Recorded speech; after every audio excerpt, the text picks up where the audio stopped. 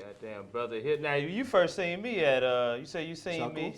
Chuckles, I forgot who was headlining that night, and that's when I first saw you, because I think you were hosting the thing. Yeah. I don't know who was on that night. Maybe Damon Williams from Chicago, maybe. I don't even know. Ain't no telling. I think I may have seen you twice there. You know. But you said you and your wife, y'all had a good time? Oh man, yeah.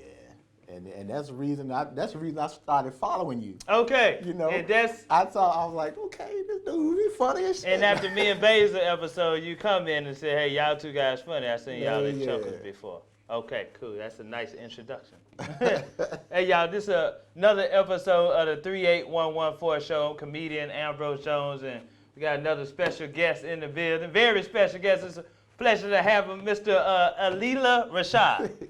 Ilia. Everybody call me Rashad. Rashad Muhammad. You got it. Okay, this show here, 38114 show, man. That's the zip code I stayed in majority of my life here in Memphis, man. So I just like all the guests to let everybody know where you from, where it all started out at for you, man. Right here, born and raised, Memphis, Tennessee. Memphis, Tennessee. Memphis, what part? Well, depending on what part of my life, most of it, believe it or not, 38114. See, that's where I had you on the show. 38114 show, baby. You know, the National Historic Glenview District. Oh, okay. Is where yes. I currently reside, but born and raised right here in Memphis. So are my parents, and went to Sheffield, not too far from here, right around the corner. That's your high school? That's what the high you represent? School that I came out of, and I even went to college here. Started off at what was then Shelby State, which is now Southwest Tennessee Community College. That's right. You showing your age now. Showing your age. Come on, man. I was president of the student government at Southwest, and then I transferred to University of Memphis. Hold on. You the president of the student government. Let everybody know what that is. Basically, president of the student body, and this was at Southwest, which was then Shelby State. Which, like you said, I'm showing my age. So what did you do as the president of the student body? What you have control over? You know what? I became politically involved. I learned things about leadership and how things work, because being the president of the student body or the student government association of a college or a school or institution like that is kind of like a smaller version of a city or a state, you know, where you have people that you work with, you have people that you serve. And with any position, I don't care if it's political, religious, you should, if you're in a leadership position, I firmly believe that you should be in a position with the mindset to serve. Okay. All right. So you graduated from Sheffield. Yep. And then went to Shelby State. And then University of Memphis? That's it. What you major in University of Memphis? University of Memphis, I majored in English. English, okay. Yes, I majored in English, and it's kind of crazy because in high school, I failed English. I failed honors English too. Well, look, I didn't even make it to honors English. They put me in there for some. I guess they felt like I needed to be in there my 12th grade year. I was like, why they put me in honors English? I'm not going to do all that. But so you failed English. I failed English 3 times. At that time, Sheffield went from 7th to 12th grade. I failed 8th, 9th, and 10th grade. I had to go to summer school 3 years in a row. Oh, man. Just to graduate on time. Is it something you wasn't understanding? You didn't like what they was teaching? Or I was just a fool. You just didn't. Come on, man. I was teenager. Okay. Thought I was cute. Yeah. Thought I was funny. Thought you was cute. Thought you was funny. You funny for real. I just thought I was funny. You thought you was funny. Yeah, class clown, whatnot, but just too distracted. And then you end up majoring in English. What made you major in English at University of Memphis? You know what? When I graduated from high school, barely, I had some things going on, and I just got acquainted with the Nation of Islam. Okay, see, we getting in there already. My first semester, really the summer, and leading to my first semester of college, I got acquainted with the Nation of Islam, started listening to the Honorable Minister Farrakhan, and I'm telling you, it just changed my whole outlook on things. I was never dumb, Right. you know, Right. even though Everybody I got failed English. their own special way of learning. Right. But what the minister, listening to him, man, it just encourages you to be a learner. Yes, it You does. know, a researcher and learner. So I started reading, you know, and I developed this love for reading and researching certain type of information. And right. that ended up, you know, kind of leaning me toward English and writing in University of Memphis, to the point where I ended up going to graduate school. I went to Union University in Jackson, Okay. Tennessee. Yeah. Got my master's in education. You just gonna and- jump right in. Huh? I thought we were gonna say the nation to later on, and Hey. you just jumped right on in. I don't, you know. So in college, what was your interest in the nation? What made you started listening to Farrakhan, and who got you into that? Was it somebody that introduced you to it? Well, prior to that, I was one of those dudes, I thought I knew every damn thing, you know. Right. So I used to argue. I have a brother, an older brother who was a Muslim, and I used to try to argue with him and whatnot. About what's wrong, what's right. Yeah, religion. Yeah. And you know, I'm a teenager, and I don't know nothing. I think I know something. He was trying to teach you something. Huh? He was trying, but I wasn't listening. And it wasn't until I got on the college campus and I met some brothers. And I'm trying to show my wisdom to the brothers, and the brothers had some stuff for me. So y'all So- learning from each other. Learning from each other, I would say I was doing more of the learning, you know, because I'm listening, and they were making some heavy points, you know, Right. about religion, about God, politics, and all of that. And I'm like, how the hell these brothers, you know, some dudes probably from the streets or something like me, and they know so much. And that kind of caused me, it kind of messed with my ego a little bit. Okay. So I'm like, okay, I'm gonna start studying now. I'm gonna best this dude. I'm gonna Right. get y'all back talking all that stuff, you Yeah. know. And the more I started, you know, studying and looking into things, I'm like, man, these dudes, they talking about something. So naturally, it sparked an interest, and indirectly that led to me, you know, really just studying the minister and studying the nation, and Okay. bringing me where we are today. Let me tell you what it was for me. They got me interested in the nation. I used to see these clips of the sister Shahrazad Ali on Instagram. I was like, oh, I like the way this woman talking here. Because she talking up for the men. She talking up for the black men, and you rarely hear sisters do that. So she's speaking for us. And I started seeing these clips on Instagram, and I started doing my research on YouTube. I was like, I want to watch her whole clip, see what she's talking about. So ironically, about 2 weeks after that, I see a flyer that says Shahrazad Ali and N.O.I Muhammad is coming to Memphis to the place in Fraser. Yep, And I was like, oh, I'm clearing my schedule. I'm going to this Wow. right here. Because I seen N.O.I Muhammad from somewhere. So I think Instagram too. So, man, I went to this event.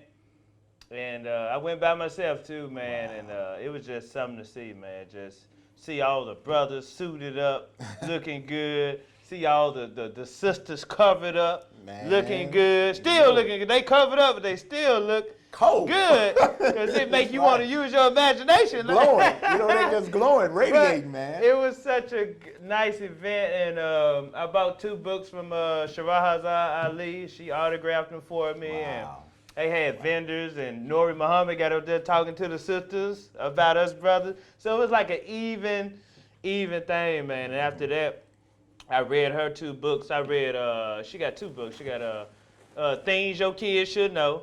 And I remember my son, I read that one. I made sure he read that one. And the What Black Men Should Know About Black Women. And she had some more books too. And she but got those some are, more. Those are some of those prominent ones. But after that, I watched, started getting into Farrakhan, and I woke my son up, and I said, for the 4th of July. Oh, I said, oh, Farrakhan speaking. He was like, who is that? I was like, don't worry about it. He's a good representation of us black people. I said, we watched it, and Wow. we got up on the 4th of July, and we watched it, man. I didn't know he was going to go 3 hours. My son fell asleep. If you know anything about the minister can go. Hey. And it's not just that he's going to be there just to be there. Yeah. But he has always something to say, and every bit of those 3 hours was Man, power-packed. my son fell asleep after the first hour. Oh yeah, that's what teenagers and young dudes gonna do now. I stayed up, man, and it was so powerful. Farrah goes, "Who called the plane?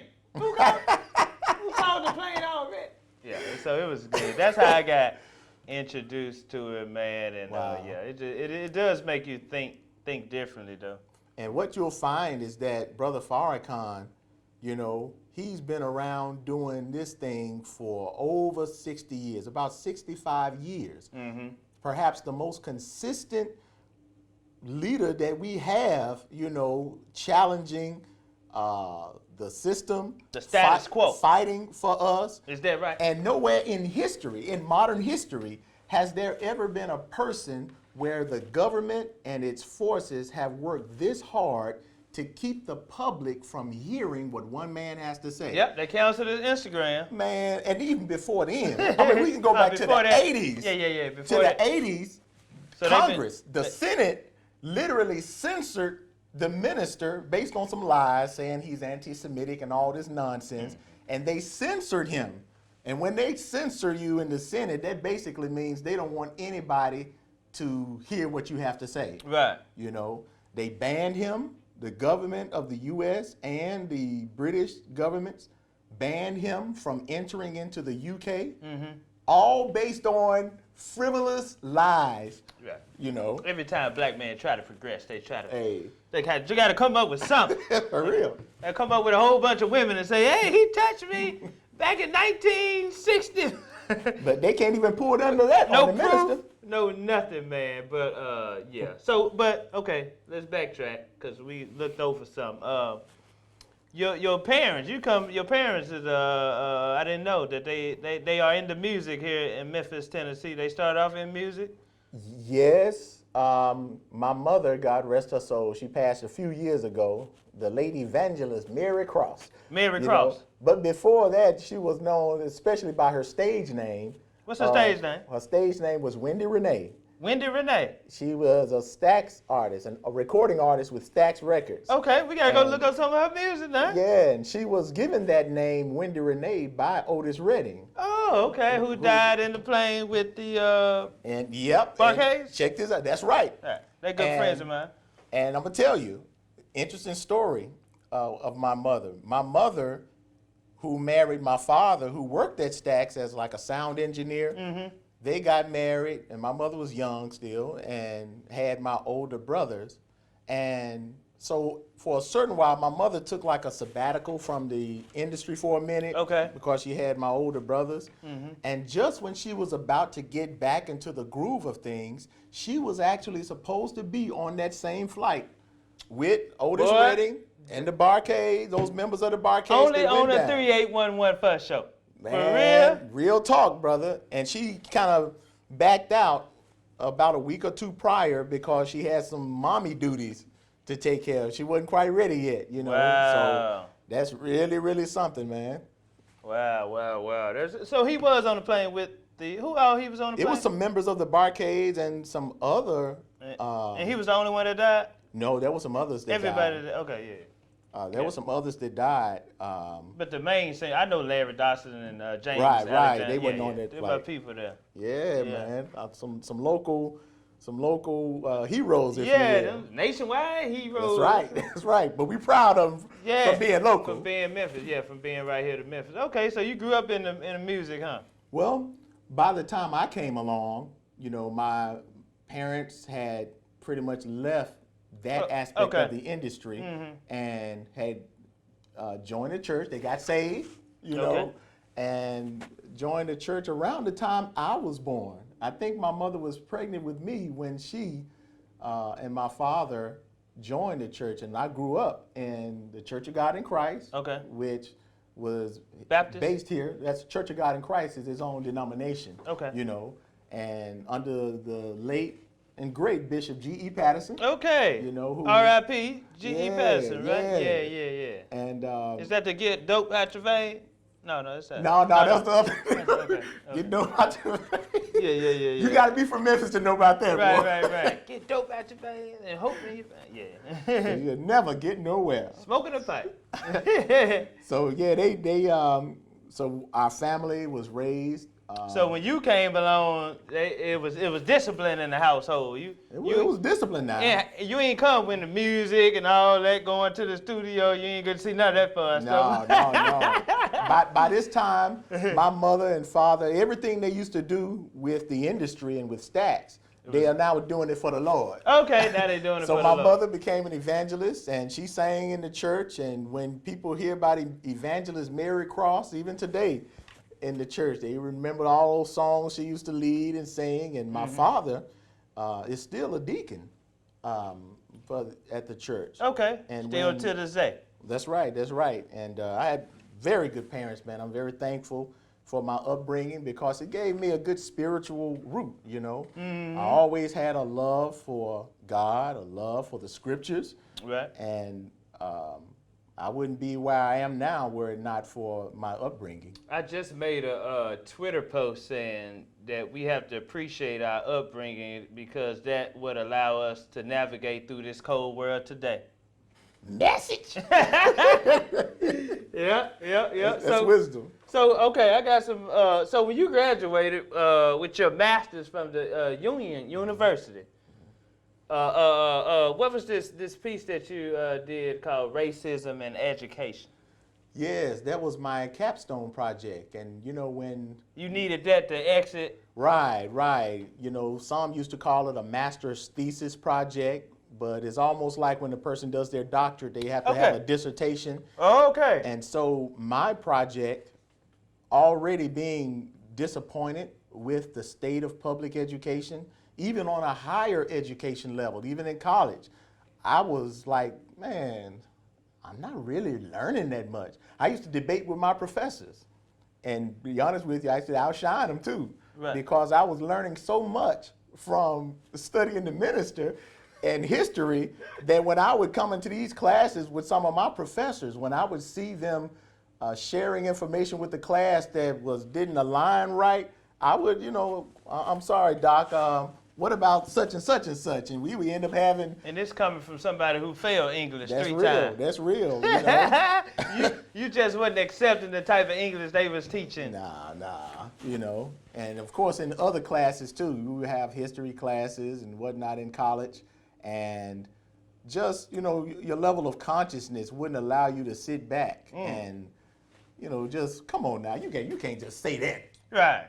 Professor, and think we're supposed to accept it. Right. No, I would challenge it. So racism and education. That was racism your dissertation. and education. That was my capstone project, as they call it. So we just highlighted a lot of the disparities in education along racial lines, along gender lines, and other things. But there has always been in public education these disparities, and we want to do something to kind of close that gap. And that's why I'm in education today. You teaching? You teaching today? I do. Before the pandemic, where were you teaching at? Man, I teach with Shelby County Schools. I actually teach with Kingsbury. Yep. Okay. Still do. What subject? English. English? Somebody who failed English 3 times in high school. Hey. But he got his proper English that he wanted. That's real. And that's what you teach the kids? That's what I teach, English. And Okay. You teach in high school in Memphis, Tennessee at Kingsbury High School. What grade? 9th grade. All right. Now, do you teach them from the curriculum that they gave you, or do you teach from your own curriculum, or do you throw yours in there with theirs? So how is that? I've always been a rebel. And so you got your own. And I'm a revolutionary, but I'm respectable. You know? Okay. If I have a job and I am expected to perform duties of that job, I'll do it. But, you know, at the same time, I'm an intellectual. Okay. And I don't want my intelligence to be insulted, nor would I want my children's or students' intelligence to be insulted. So I teach the curriculum, but I'm going to make sure that there's some balance to the curriculum that they have us teaching too. Okay. You know? So we're going to teach you this, but you also going to learn this. Thank you. You have to. And I wish I had teachers like that when I was in school, and I had a few, you know. Okay, so now, back when we was in school, we had a lot of older teachers. Now you go into school, you got 25-year-old teaching. You know what I'm saying? They teachers like 24, 25, 26 years old. What advice can you give to the younger teachers that they can, that they can implement in their class to try to, you know what I'm saying, have a balance in teaching the school curriculum, but also giving the kids some information that they really need. You know what? That is good. I would not only give advice to younger teachers, but even those seasoned educators among us in the system. Because one of the things I've noticed, and this is what my capstone project highlighted even back then, is that especially when it comes to black educators, we have the right heart, we have the academic qualifications, but we still, for the most part, are absent of the knowledge of self. So how you gonna teach the kids if you don't know hold on, what? You know, so, and that is the most essential of knowledge to have. Wow. Because the proper knowledge of self is what determines how we use all other knowledge we acquire. Okay, let me ask you this. So what you're saying is, if you get to know yourself, you start to understand others better. When you get to know yourself and who you truly are and where you come from, not only do you get to understand others better, you get to understand the world better. Wow. You know? I said more better. See, I failed English too. So once you understand yourself, you get to understand others better and the world also. That's real. That's deep right there, man. And the knowledge of what really happened to us, you know, since our sojourn in America, yes, we know that our ancestors were slaves and brought here on ships, but the depth of how our people were turned upside down and inside out, and how the psychological and social trauma still affects us to this day, you know, even genetically, let alone, you know, just in society in general, something that we've never recovered from and something that is not even adequately addressed in education, you know. So we have great teachers, great educators with the right heart, but if you don't have the knowledge of self, you're just gonna go teach what the system wants you to teach, and that'll never lead to our independence. Knowledge of self. Well, we get that on a t-shirt. I'm gonna get that on a t-shirt right there. So you joining the nation in college? Did you join in college? Yes, my first year of college. Right straight out of high school, I got acquainted with brothers in the nation, and I started studying. And that's the thing about in the nation. I don't care what you see on the movies and all this kind of stuff, man. You have to be a reader. You have to be a thinker, because that's what the nation is about. You know, in order for us to rise as a people and become truly awakened, we have to become thinkers, and we can't be true thinkers unless we become readers. And this right here is probably the first thing I would suggest anybody read. That's the right message. Here. Message to the Black Man by Message the to the Honorable Black Man. Elijah Muhammad. Do you know what I said? I got it. I said, he talking to me. Hey. Gotta get this. So I'm like halfway through it. I'm trying to take my, I don't want to finish this too soon, but the names, how did we get our names, and how is our names considered slave names? Excellent, excellent. And it's interesting because in 2020, about to be 2021, most black people in America who are the descendants of slaves still wear the last names imposed upon our ancestors. So it's the last name. By the slave masters, yeah, the last name. The last names that we have is what's been carried down generation to generation. And so when our ancestors were in slavery, if the slave's name was Jasper, and Jasper belonged to the Johnson plantation, he had to take on the last name of his masters. So he was Jasper Johnson.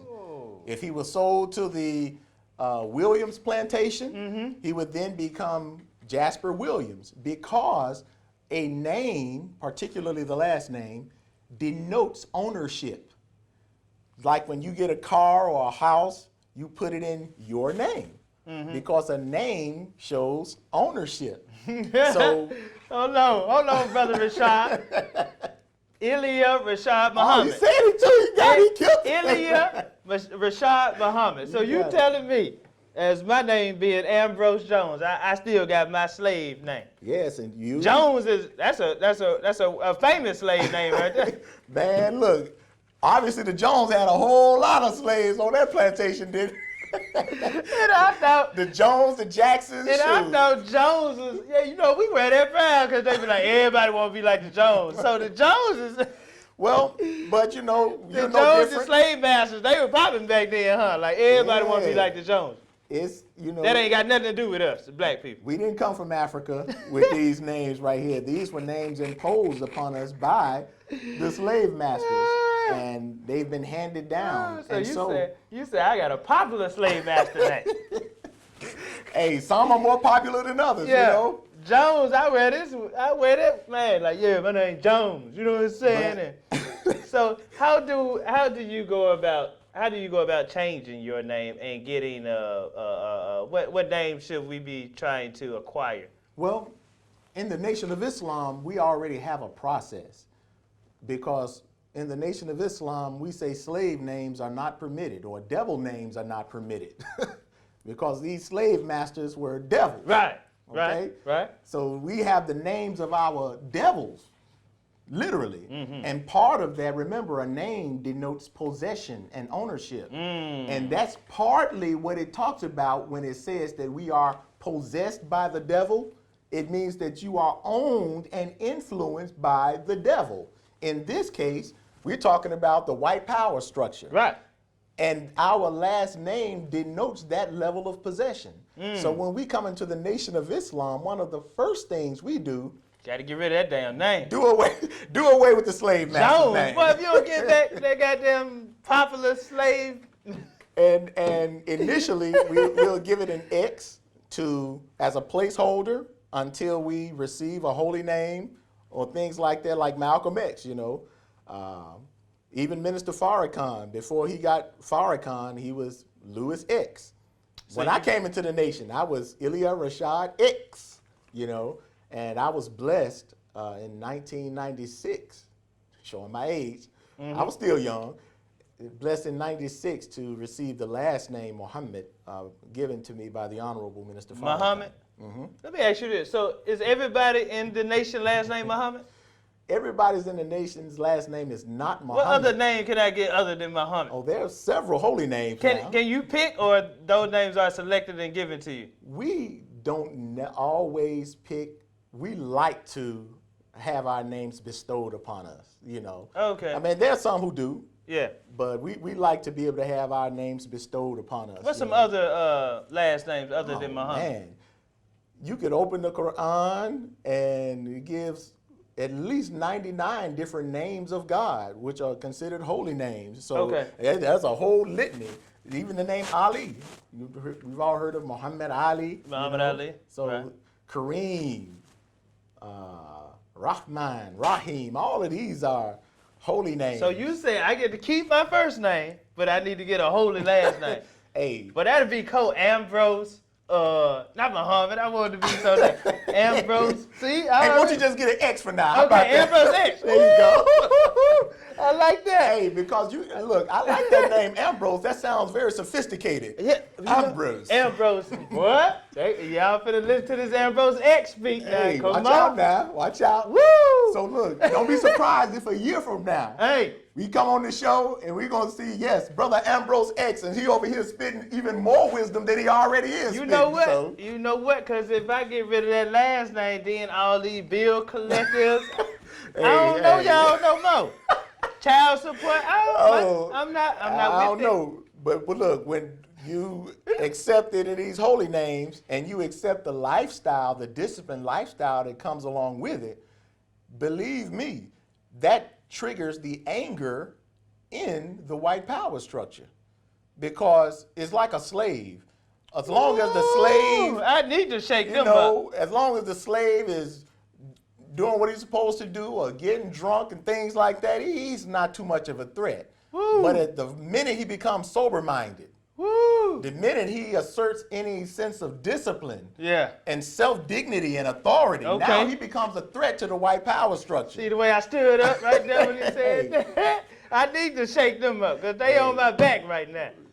That's real, man. Man, that's deep right there. So the names are elected and given to you, or you can choose your own name. There is an option of choosing your own name. But like I said, customarily in the nation, we like to get a name bestowed upon us. And you who know? gives, does Elijah Muhammad, does Farrakhan give you this name? Is it like a ceremony and you?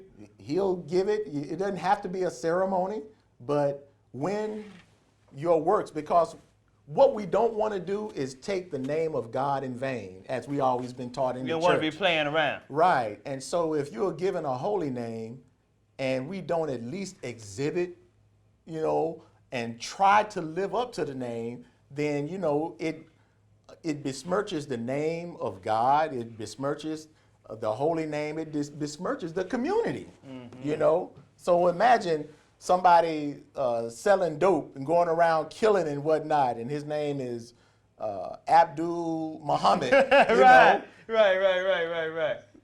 They like he with the nation. Like, dude ain't representing us, you know. Right. So, Okay, man, I had to get that name out of it. I see that a lot in this book. We need to get rid of our slave name, but it's the last name. the last name. That, and you said it shows ownership. That's like when you get married to a woman, she get your last name, and now she is your. She's taking on your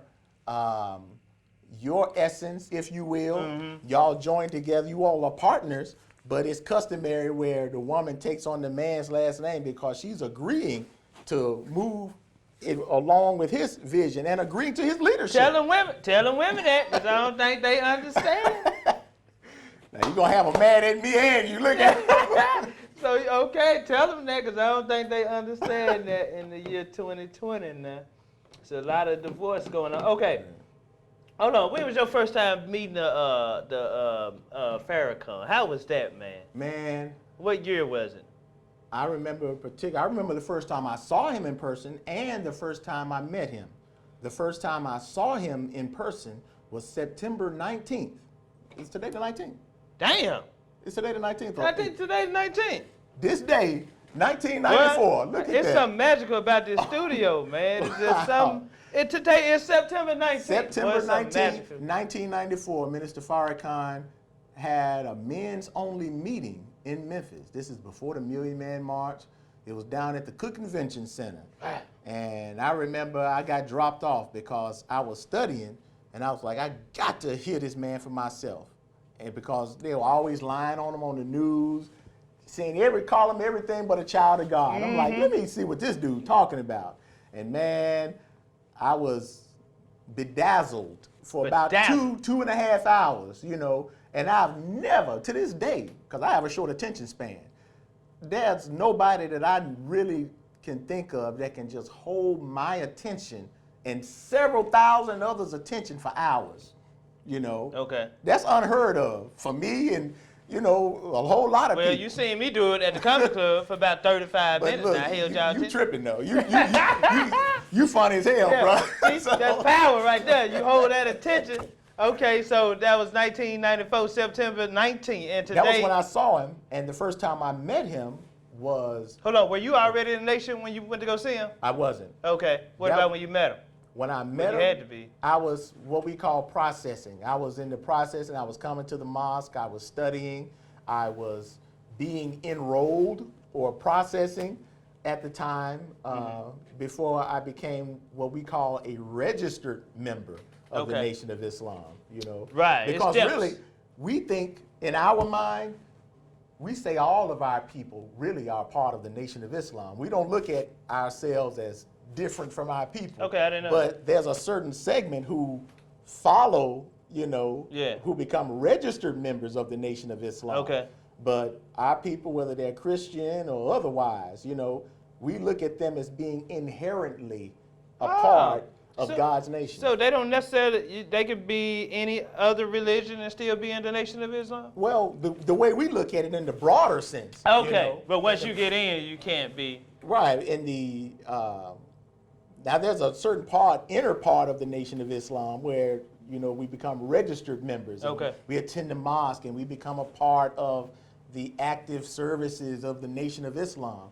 But just like you, because here's why we say all of our people are in the nation, or really Muslim, because in truth, Islam is not really a religion. Right. It's actually the nature, according to the Holy Quran, it's actually the nature in which God created us. Right. So even though we may not be living according to the our nature, the We fact all is, are. by nature, we are of God. And so we look at our people by nature as being a part of us, you know. Okay. Whether they accept Islam and the practices of Islam or not, it's just kind of how we view it. Okay. You know? If you black, you are a part of it. Hey, you're a part of God's righteous nation. Okay. It's just a matter of time before you accept your own and be yourself. I know that's right. What I like about it is you learn knowledge of self. You learn to provide for your own, and create other jobs for, you know, more other black people. And I like the protection. You know what I'm saying? Like, ain't nothing gonna happen to nobody in the nation. Well, that's a sign of really common sense.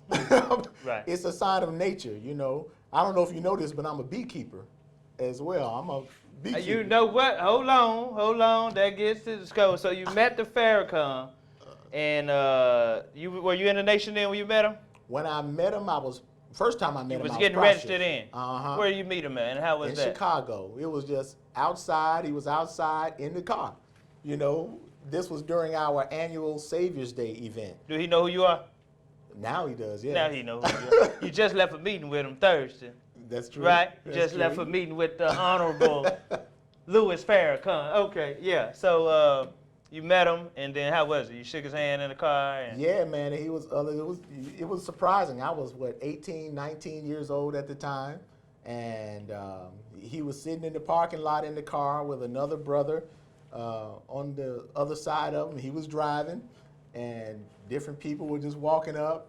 And I remember seeing him because he was looking good too, man. He had on a fur. Ooh, he had the fur on. Chicago, come Boy. on, you know that. Yeah, Chi-Town He had a Code. fur on, and you know, he had the window down. And I walked up. I was like, "Oh, assalamu alaikum, sir." And you know, the minister's so smooth. He said, "Oh, wa alaikum salam, brother." I said, "Oh, sir, I just love you. You know, I'm spellbound." I just said, "I just love you." He shook my hand and said, "Oh, I love you too, brother." You know? Wow. And not only did he say it, but I felt that. I felt some energy right there, man. That's genuine, when man. the minister, and that's what I feel every time You meet him. I'm in his presence, you know. I feel it when I'm watching him on TV, you know, because here's a man who genuinely loves his people. The reason he's so bold, people think of him as being just so bold. Some think he's crazy because he's so bold. You don't find nobody, black or white, challenging the government, the white power structure, the powerful Jewish influence of Hollywood and politics that most people are scared to even mention. You don't find nobody doing that, especially as fearlessly as he is. He's the last one left. And the reason he's so fearless at the root of it is his love for his people. David, don't mess with his people. Because he knows that these black people, as crazy as we are, he knows that we are the people of God, the lost people of God, man. What? And so if you want to piss him off, mess with his people. Okay, and you saw him in Chicago. Let me tell you something. I was performing. This was last year. I was in Chicago, or the year before. I think it was last year. And I was working in Chicago. And Friday and Saturday I was working. Sunday I was supposed to get up and went to Detroit. How far is that from Chicago? Like 2.5? Yep, it's about 200 something miles. I supposed to get up. They had the event they have every year down there. Savior's Day. And I supposed to went, but being a nigga, I had got drunk with my folks. Oh, man. Kicked it too hard Saturday, but that was my plan, to go see him. Wow. And yeah, I didn't make it though, but yeah, next time I want to see him. I sure would like to see him. I remember, cause before I ever went to the mosque, the local mosque here, I was about to several times, and something always came up. It was similar to that, before I actually went. I wasn't drunk, but I just had this thing, like so many people, I would smoke weed all the time. Mm-hmm. And I remember when I remember the last joint, because I didn't have a blunt at that time, the last joint that I had, man, I had a joint in one hand, and I had that book, Message to the Black Man, and another one. And I was like, okay, I can't keep playing, because I was coming to the mosque, but I was doing my little weed, because in my mind, I'm feeling like, see, it's going to help me to study and think, Yeah. And I'm tricking myself. Yeah. But at a certain point, some sense of reason came in, and I remember flushing that down the toilet. I was at my grandmother's house, and I just, You know what? I don't smoke, but I do drink. Mm-hmm. And I like to get tipsy sometimes, not every day, but I actually enjoy my sober mind. I actually enjoy it.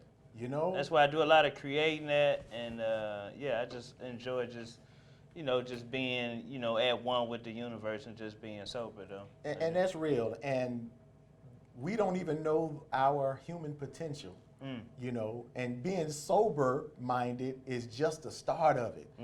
And when we discipline ourselves, and that's the thing, that's why this whole thing called righteousness, there's some benefit to it. It's not just, I'm not going to drink, I'm not going to smoke, I'm not going to fornicate. No. It's about discipline. It's about disciplining yourself to the point where you can become a master of yourself. And when you become a master of yourself and your natural urges and things like that, then you can become a master of just about anything. Woo! So we believe in the nation that we not only want to please God, but we believe that God wants us to be a God, to be like him. And if we were born through him, that's what we are. Come on. All right, Ambrose X. This is, and I want to let you know, I do drink, but this is ginger tea. Cool. and on that, I told you I'm a gardener. We finna get into it. Before time run up, boy, we got so much. So, you got to tell us about this bio-intensive method that you use to yield healthy, holistic fruit, vegetables, and honey. How did you get into that?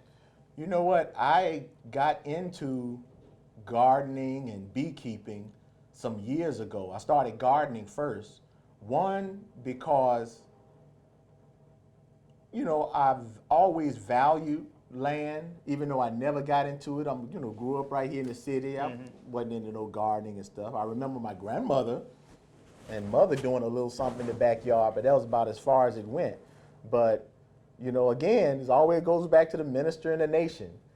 We've always been taught to have land, develop land, to farm, to do for self, to grow, Why do you have to feel like you have to go to the white man store and he have to feed you, Right. No, you can do some things yourself. And one of the easiest things is growing your own food. And so I remember one summer I was just experimenting. I didn't know what I was doing. I put some seeds down, put some plants in, and some of them actually grew. And some of them actually produced some fruit and vegetables. I'm like, whoa. So I'm just blown, as simple as that is, I'm blown as hell. Just throw the seeds in the dirt. By the fact that you can plant some stuff and it will grow and feed you in your backyard. I mean, it's like, okay, is this like not the wisest thing in the world? But it's so overlooked because everybody got schedules and busy and we forget the simple things. So that really prompted me.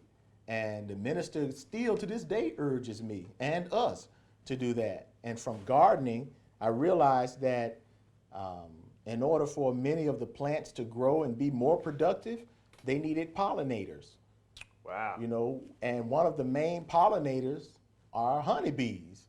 So I'm looking into this thing and studying it, and I had a friend who was a beekeeper. I'm like, I gotta learn this stuff. Black? He wasn't. He was Hispanic, white Hispanic, something like that. A good friend of mine to this day, and he's a beekeeper locally too. And he kind of hipped me to some of the things, and look, I just went from there and took You got off. your own bee farm? I do have what we call an apiary. What is it called? Apiary. Apiary. It's like a place where, basically a bee farm. Right. Place where you keep beehives. Is here in Memphis? I do. I have a few hives in my backyard. Okay. Even. And I bought some vacant lots in the hood, South Memphis area. Right. And we turned some of these vacant lots, and we're developing them into gardens and orchards where we grow fruit trees and all kind of stuff. You gonna sell it? And we sell whatever we have of surplus, you know. Okay. Because look, we've been eating. My wife and I, my whole family, been tearing up some muscadine grapes. Okay, you need to let me know. I need to come purchase some. What else you got that done blossom already? You know, this time of year is the end of summer, fall is kicking in, so there are only a few things that are growing that we have right now. Mm-hmm. We are getting some of the last of the muscadine grapes, a lot of the cucumbers and whatnot, and my wife been eating all of those. My wife loves. My mama used to put salt and pepper on them, chop them up, put salt and pepper on. My wife and some of my sons made some recipes. They got cucumber, not only cucumber salads, they have some cucumber thing that they make, and it's good too. Okay. Okay, cool. I know somebody got a bee farm. My good friend Doug Gillen, his wife Jackie, she keep them at somewhere in what is that? The Agri Center. Awesome. She keep her bees there, and she give me some of the honey. Man, that's so you got to give me some of that honey too. We'll do. She just brought me a big jar of it, and man, it comes straight from the bees. It got all the antioxidants and everything in it, man. Look, that's some good honey right there. That's the real deal. That's the real deal. No processed honey. That's why we do it. That's why we do it, man. It's the real deal. So you do that, and then how do let's see. Oh, this is the last question right here. But before we get to the last question, go ahead and shout out your social media info and let everybody know where they can get in contact with you and where they can also purchase your books at, because you do got books you ain't bring us none today, but let them know where they can get them at. I do. We definitely have books. I've been blessed to be a part of Minister Farrakhan's research department. And as a result, I've been able to compile research, historical research, on topics that have, many of which have been considered above top secret. One of those books is my book called UFOs and the Nation of Islam. We might have to come and do a whole subject just on that one day. UFOs and the Nation of Islam. Oh, wow. This book has literally changed the game of UFO research. Brother, your little brother, Ilia Rashad. Did that research, who failed English 3 times. Yes. He's writing his own books now. And has world scholars running from us in dealing with this subject. Wow. But anyway, all of that can be found on our website, which is nationbrothers.com. Nationbrothers.com. And of course, I'm on social media, Twitter, Instagram, Facebook as Ilia Rashad. I just put it all one. Let them know how to spell Ilia. I-L-I-A, and I put my middle name with it, which is Rashad. So together it's I-L-I-A R-A-S-H-A-D. Okay. So Ilia Rashad Muhammad. You got it. And Brother Ambrose X. Teach. Okay, let me tell you, my comedy special, Say It Louder, is on a 1 gigabyte USB drive. You can find that on my website, comedianambrose.com. Very hilarious. Look what me and my son is holding up. This dude is funny. Actually, we was in California. I took him out with some of my family members' first time on a plane here. So we went out to California, and we went to go visit the Hollywood sign. And before my niece took the picture, my son was like, "Daddy, let's hold up the fist." Wow. So that was his idea. That was 2 years ago. So I named it Say It Louder. Man, that's what I named it. And look, I'm certain your audience already know, but this dude is funny. Appreciate that, brother. I first saw this dude at the comedy club. Yeah. Me and my wife went to the comedy club. I forgot who was headlining, but he was hosting it. Mm-hmm. And this dude was so funny just in hosting it. Appreciate that. I'm like, man, who is this dude? He felt that presence. You know what I'm saying? That's that presence, you know. Then my newest creation, Immortal Herbs. Get your Seamoss and Bladderwack tincture on my website, comedianambrose.com.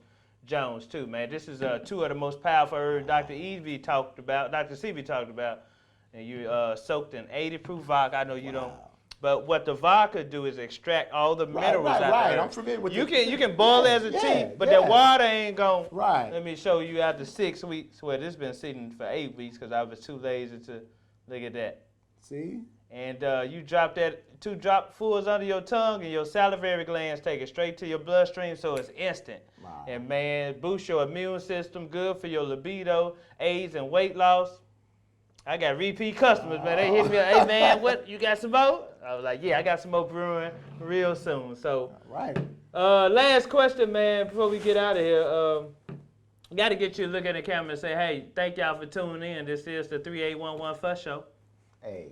Thank y'all for tuning in. This is the 3811 Fuss Show. We got to say it together. Okay. All right. Thank you for tuning in. This is the 3811 Fuss Show. All right. Before one more. You just left the Honorable Louis Farrakhan, man. As a black people, with your knowledge that you have acquired from the nation, what advice can you give us black people and what we can do right now to become better as a people, man? I'm going to say it in one word. That one word is unity or unite. Unity does not necessarily mean uniformity. That doesn't mean we all have to be the same, look the same, act the same, believe the same. But unity suggests that we do have a common goal. And right about now, black folks have at least a common enemy or common enemies that should unite us for that common goal of having real freedom, justice, and equality. We don't even know how powerful we are when we unite. The Honorable Elijah Muhammad said that our unity is more powerful than an atomic or nuclear bomb.